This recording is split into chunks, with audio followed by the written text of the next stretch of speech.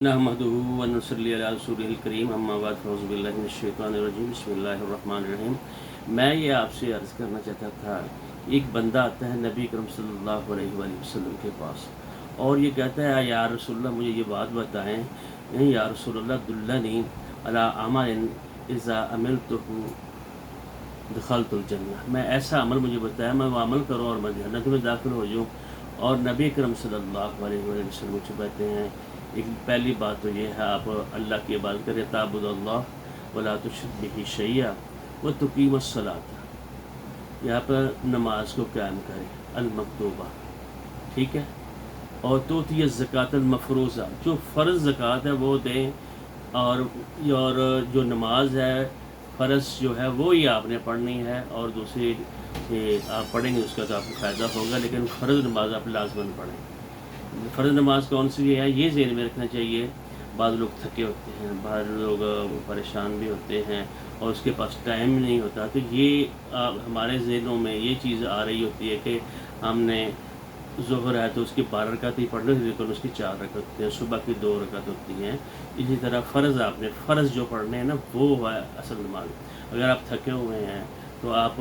فرض نماز پڑھ لیں تو ان کو فائدہ انشاءاللہ کر جائے گی، تو آپ کا یہ فرض ہے۔ اگر آپ کے پاس وہ ٹائم ہے اور آپ یعنی باقی وہ پڑھنا چاہتے ہیں وہ پڑھیں، لیکن اس وجہ سے نہ پڑھیں۔ یہ عشاء کی 17 ہے تو میں 17 پڑھ لی تو نماز ہی چھوڑ دیں، صرف 4 پڑھ لیں،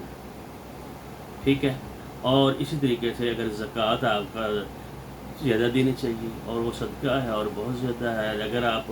یعنی زکوٰۃ جو ہم مفروضہ زکوٰۃ جو 2.5% وہ دیں گے تو وہ کفایت کریے، تو صوم و رمضان کے روزے رکھیں،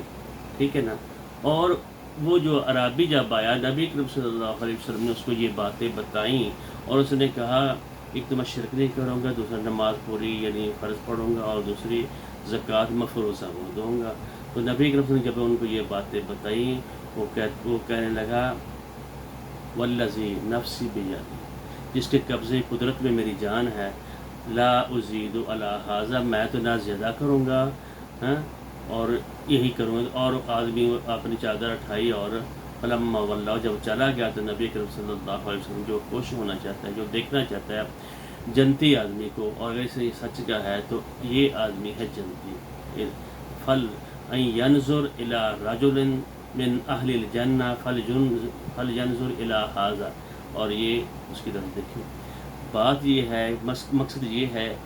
بھئی اتنا برڈن ہم مسلمانوں نے ایک دوسرے کے اوپر ڈالا ہوا ہے، اور علماء کو میرا خیال ہے وہ صحیح بات ہے ان کو بتانے چاہیے۔ آدمی تھکا ہے، اس کا دل بھی نہیں کر رہا، کم از کم وہ اس کو یہ بتا دے بھئی 4 پڑھو گے عشاء کی نماز، 17 نہ بھی پڑھو گے 4 پڑھ لو گے تو انشاءاللہ اللہ تعالیٰ اس کو قبول کر لے گا۔ اسی طرح جو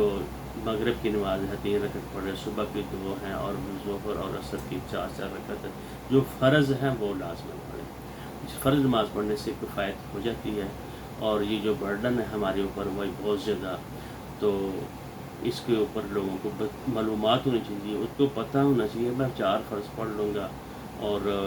صرف فرض پڑھ لوں گا اگر تھکا ہوا۔ اسی طریقے سے جب آپ سفر میں جاتے ہیں تو آپ لوگوں کو فرض پڑھنے کی ہدایت لازمی ہے، باقی کا چھٹی ہو جاتی ہے نا، ڈسکاؤنٹ مل جاتا ہے، یعنی آپ کو ڈسکاؤنٹ مل رہا ہے، آپ سفر پہ ہیں، آپ بیمار ہیں، اسی طریقے سے آپ تھکے ہوئے ہیں، کام کرتا ہے کہ مزدور آدمی مزدوری کر کے تھک جاتا ہے، تو اس کو چاہیے تو لوگوں ان کے علم میں ہونا چاہیے کہ میں فرض پڑھوں گا تو انشاءاللہ گزارا ہو جائے گا۔ تو یہ میرے ذہن میں بات آئی تھی، میں نے کہا بات کر دوں، انشاءاللہ